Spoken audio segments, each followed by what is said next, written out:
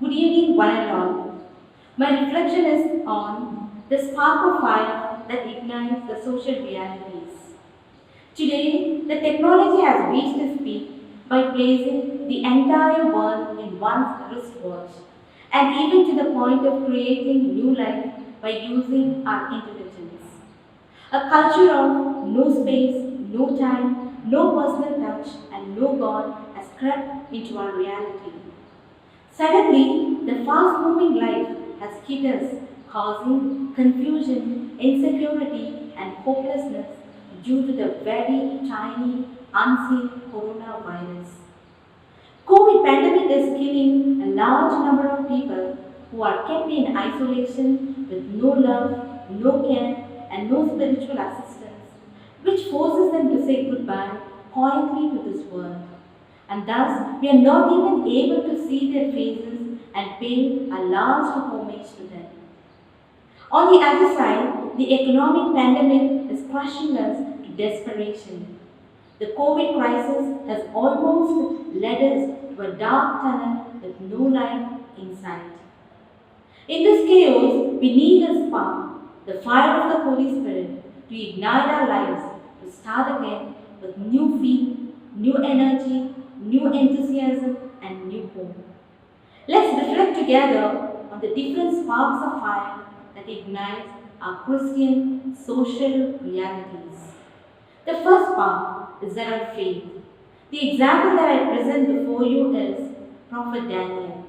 In danger, he truly believed and relied on God, and thus the lion's den became a place of worship. Today, the whole world is in the lion's den of COVID 19, undergoing tremendous trials and difficulties, losing our dear and near ones in a spur of the moment. Our faith and trust in God are being questioned. Do we need to ignite the fire of faith like Daniel? Hope as a second spark, the anchor of the soul and the deliverance from the present suffering. God-fearing Job in the Old Testament experienced grief and pain at the loss of his possession and even his beloved ones. But his hope in the Lord was his shield. At this crucial moment, sickness, loneliness, hopelessness, and broken relationships and unemployment are on the rise. Poverty, job loss, cybercrime, vocation crisis, and the COVID crisis are entombing us. One job, let's ignite the spark of hope in this tragic reality and regain the energy to live. The next part is sacrifice. Sacrificing one's life for a friend is the ultimate call of Christian charity. I am a Catholic priest from Poland. I would like to take his place because he has wife and children. A voice echoed from the saint of our time, Father Maximilian Kolbe. The COVID warriors are the hidden saints of today, serving at the cost of their lives. At this point of time, developing a sense of responsibility, a sense of social responsibility by wearing a mask, maintaining social distance, staying at home, taking care of one's health are sparks of sacrifice and a saintly act. It sounds silly, but it's a requirement of the time. Demanding, isn't it? The fourth spark is a spark of creativity. Pope Francis said, the internet is a gift from God, and he encouraged the use of technology to reach the believers. Carlo, a 15-year-old pious Italian teenager, is to be canonized soon as patron saint of internet. He was a God-fearing youth who was very faithful to all the spiritual exercises, but he also enjoyed playing the video games like any other children. Suffering from leukemia, he offered everything to the Lord for the Pope and for the Church. His passionate love for the Eucharistic Lord empowered him to create a sign on the Eucharistic miracles and propagate his faith by saying, the Eucharist is a highway to heaven. Our Archdiocese of Bangalore is indeed worthy of praise in igniting the Church with a spark of creativity and propagating its faith through social media for all the categories of people. How vibrantly do we participate and contribute our bit in spreading our faith in this digital world? The fifth spark, the spark of purpose. Visualize a day without hands or legs. It's even scary to imagine.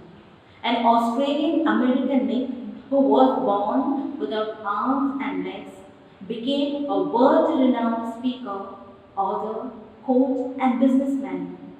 He faced tremendous obstacles and found no purpose in life, which even led him to attempt suicide.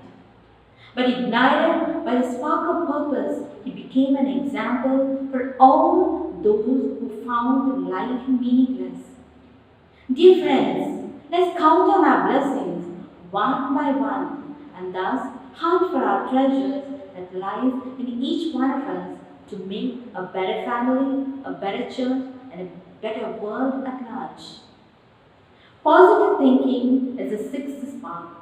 In reply to his mother's question, "How was your first flight?" the baby mosquito answered, "To my amazement, the clapping of people really encouraged me to fly." Well, only we know what that clapping meant, but the baby mosquito was so positive in his attitude.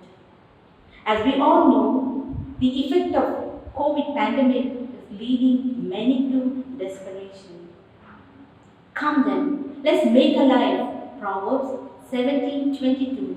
A joyful heart is a good medicine. Let's wake up and come alive to vibrate the contagious, positive energy to this infected world. The seventh spark, the spark of commitment. Blessed Marie Respect, our founders, committed herself totally to the service of God and to the suffering humanity at the time of civil war in France, where poverty, famine, epidemics, and ignorance were widespread. She is indeed a great model for all of us today. As I mentioned before, no time culture has replaced commitment with fast food, fast marriages, fast divorces, fast ending of life with no patience and no endurance. As parents, elders, persons in authority, and as true Christians, shall we not become an example of commitment to the future generation? The eighth and the final one is the spark of grace. The spark ignited by Pope Francis in Laudato Si has enkindled in us the new insight that people and planet are part of one's family and that the earth is our common home. St. Francis of Assisi, the patron saint of ecologists, had a great vision of ecology and had the great love for the entire creation. In today's throwaway culture, the ecological sin against the common home is increasing. Have we made our common home our home? Let's use the 5R formulas: reuse, refuse, reduce, repurpose, and recycle. And thus, let's safeguard our common home for the upcoming generation. To wind up, we all know that at Pentecost, the fire of the Holy Spirit ignited the disciples in the upper room to be witnesses of Christ. May the same fire continue to rekindle our Christian journey. A word to married couples: be the spark of love in your family. To the consecrated men and women, let's be the spark of hope. Dear children, be the spark of creativity. Finally, my dear energetic youth, it was the chaotic social realities which was an inspiration for many to hear the call of God.